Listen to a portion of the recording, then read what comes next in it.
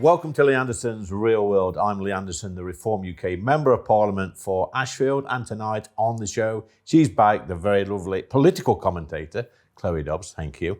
And he's also back, Andy Twelves, our trade unionist and our left in the corner. Welcome back, Andy. Thank you, Lee. Looking smart as ever. Anyway, we'll get to the serious stuff this week, guys. We've seen Peter Mandelson in the news. Mandygate is being dubbed. Worse than the Profumo scandal, according to Nigel Farage. Is this going to be the end, Andy, of the Labour government? Well, I think it will be the end of the Labour government. I think it is absolutely disgraceful what he did as business secretary in 2008, 2009, 2010. I think it's disgraceful. He was appointed as US ambassador last year. You know, the extent of the relationship with Epstein should not matter. The fact he had a relationship with Epstein should have been a disqualifying factor. I don't think it will bring down the government. I wouldn't be surprised to see Chief of Staff Morgan McSweeney go, or even Starmer go, and I think it's deserved, to be totally honest with you, Lee. Chloe, Andy's been a bit kind there, I think.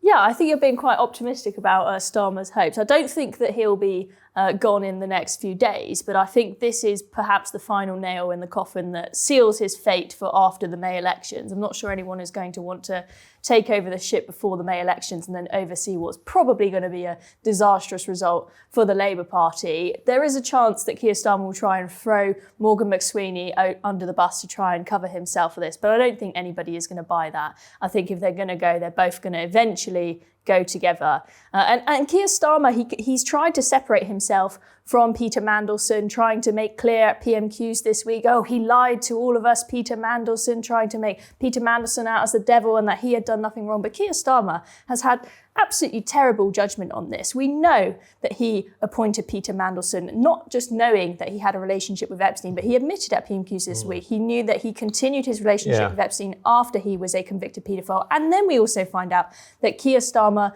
appointed him after MI6 had warned that he was a security threat. I mean, it's a bit rich from him at PMQs to constantly bang on about the need to protect national security with regards to the release of any documentation. Isn't it strange though, Andy? I mean, you're on the left of politics. Isn't it strange that Sir Keir Starmer and government ministers are now being wheeled out on a daily basis to say he lied to us?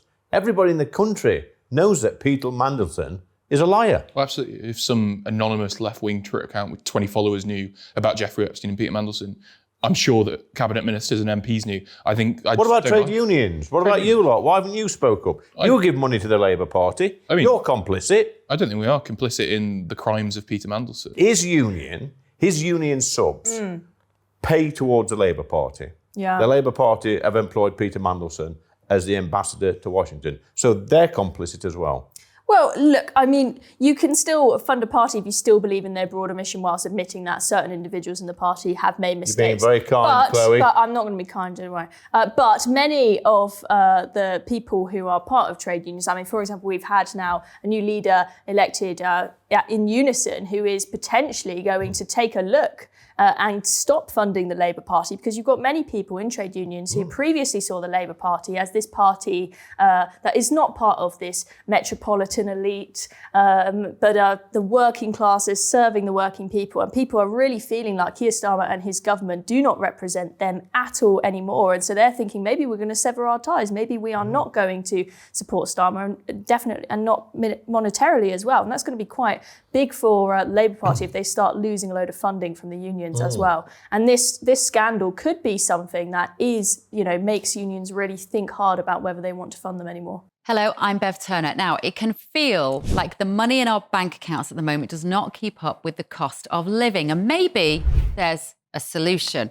I'm here today with the CEO of TallyMoney, Cameron Parry. Cameron, what is TallyMoney? Well, Bev, with TallyMoney, you get a current account and a debit card, but instead of pounds, you use milligrams of gold as your everyday money. So why gold? Gold traditionally is a great store of value. It has, on average, gone up at over 11% per annum for the last 25 years against the pound. It's tripled in value in the last decade. And in the last 2 years alone, it's increased by 50% against the pound. Banks' savings products just can't compete with that level of growth. But this isn't just about gold. This is about a currency that you guys have created at TallyMoney? Explain it to me as though I'm an idiot. So, look, people need to be able to hold their earnings and build their savings in a money that retains its value and remains in their legal control and remains theirs to access, away from government control. Great. You had me at not exposed to government control. You should feel safe and happy with your money. You should have peace of mind the more money you see in your bank balance, and that's the type of thing we're trying to deliver, and give people choice in the type of money they get to use every day. Brilliant. Thank you so much, Cameron. Thank you.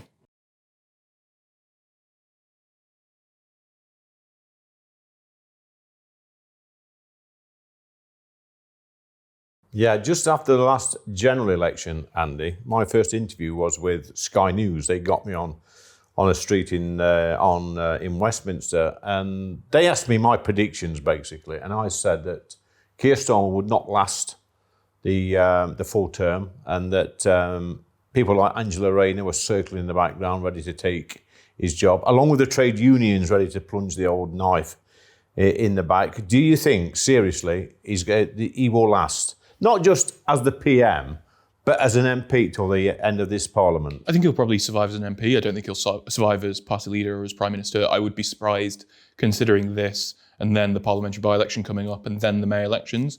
There are just so many pressure points. But like you said about Rayner, she's got to wait for HMRC to close her tax affair before she can credibly make a move within the Parliamentary Labour Party. West Streeting, the other considered alternative for leadership, is diminished by this Peter Mandelson scandal as well. So really, there is no clear alternative at the moment. Maybe Al Cairns, the Defence Minister's name is being circulated, but really, I can't see who would fill the gap.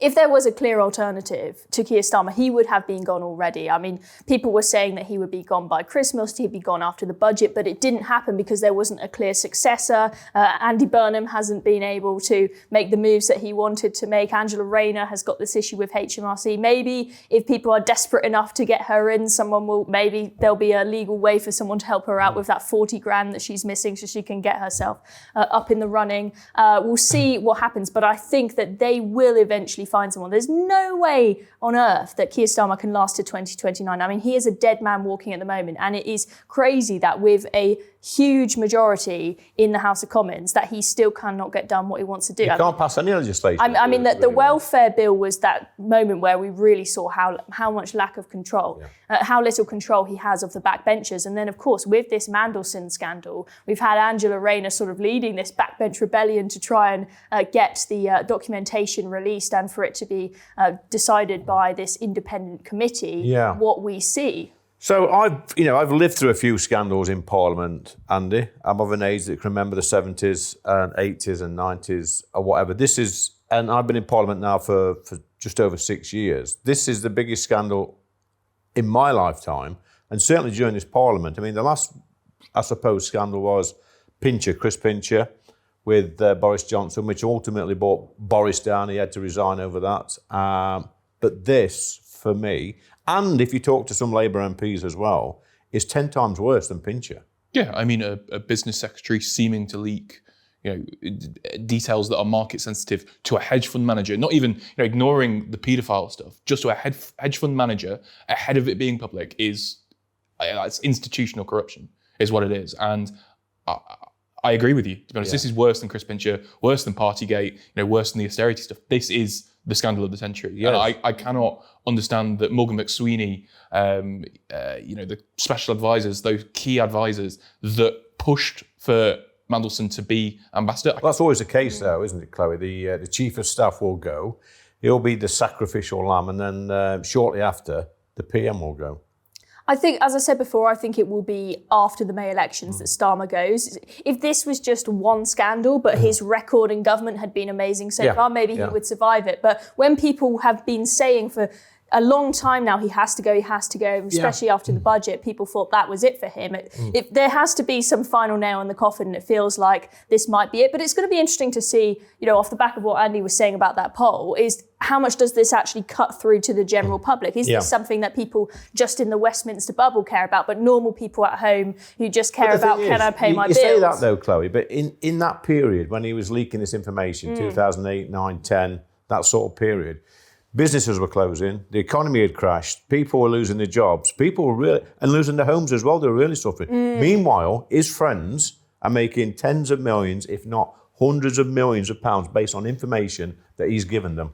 Yeah, exactly. And that is a good point, because the public will remember that. They will remember the hardship that they went through. And the same goes, Boris Johnson was brought down by the Partygate scandal. And that was because it wasn't just something that was constrained to Westminster. People had their own experiences of, for example, my close relative died and I wasn't able to attend their funeral. I was trapped in my house. Meanwhile, you guys were partying. Yeah. So when people see that it's one rule, one experience for them and another for the elites, that really, really infuriates But let me just come them. back to Andy now, because the thing is, Andy, when Boris was in trouble with Partygate and Pincher and all this sort of stuff, Boris was still popular with a lot of the country, very popular indeed, and people were saying, leave Boris alone.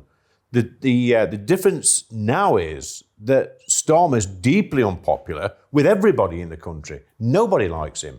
I don't know what it was about Boris Johnson. You know, he'd built almost a career-long resilience to scandal, from when he was a journalist to being mayor, back to MP. You know, he had built a career out of surviving scandal. So I genuinely don't know how he did it. But with Keir Starmer, absolutely. I mean, you know, I just cannot understand how he stays on beyond the May elections, to be totally honest with you. Well, I mean, I know it's not the great left-wing opinion, but I just can't see it on the Oh, list. come on, Andy, you've got to fight back a little bit. Who's going to be the natural successor? Natural successor. I think Al Cairns is really strong, the defence minister. I think he is a break from that new Labour psychodrama. He's outside of Parliament before 2024, is not, a career politician. I think he's class. And outside the bubble, nobody's ever heard of him.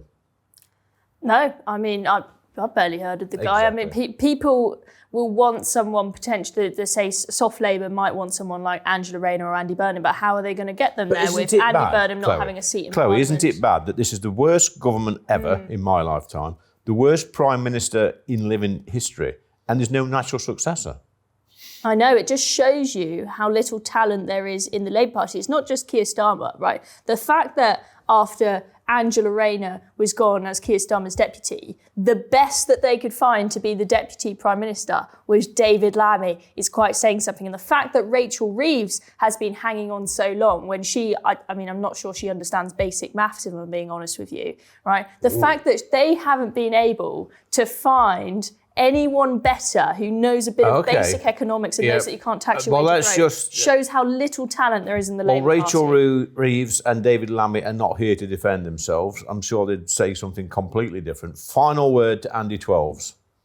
I mean, I think the idea of a natural successor diminishing a prime minister or a leader is silly. There's no natural successor to Nigel Farage. I don't think the idea that there's no number two willing to step in is a bad thing. It's always the whataboutery with the left, isn't it? It's not